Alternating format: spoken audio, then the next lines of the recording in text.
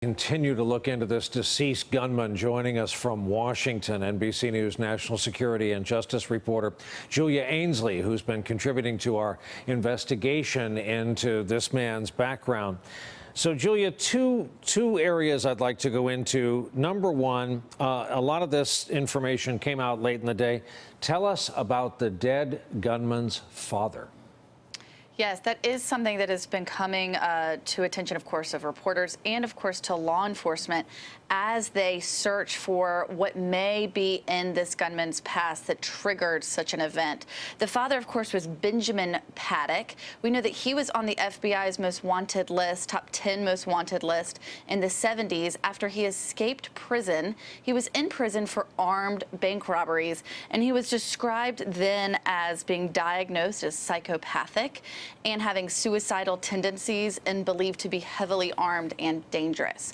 Of course, when we're looking at a shooter who himself committed suicide, who also wanted to have a large amount of arms as well as money, as we saw through his gambling habits, there seemed to be some of the same patterns coming through with the son as we saw with the father. So during an investigation like this, I've spoken to several people who are inside these rooms at DHS and the FBI trying to figure out what may have been the motive, what may have been the trigger here. Something like this and his family is being discussed and is definitely on their radar. So part of the deep psychosis, if indeed that turns out to be the case with the dead gunman, he was able through most of his life to walk the walk and talk the talk and live a life that after 64 years, he is defined by his living brother as just a guy.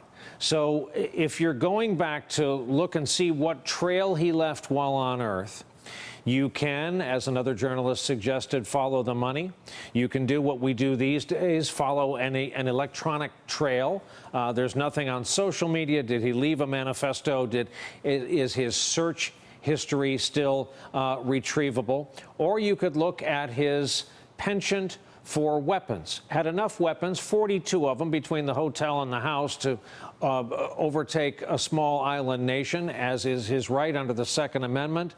But it seems to me that's a pretty high number, and all of those will have some sort of purchase history, correct?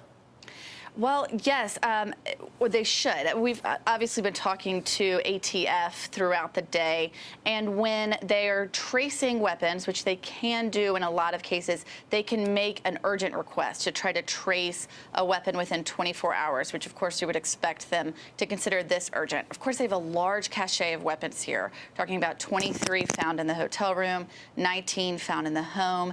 And as one law enforcement official pointed out to me, it's not always as easy as going to a national gun registry, because a lot of these purchases can be done privately. It could be done online. It could be done at a gun show. It could be done in the parking lot of a gun show. And that is a private transaction for which a receipt is not always kept, and it's not always recorded in a registry.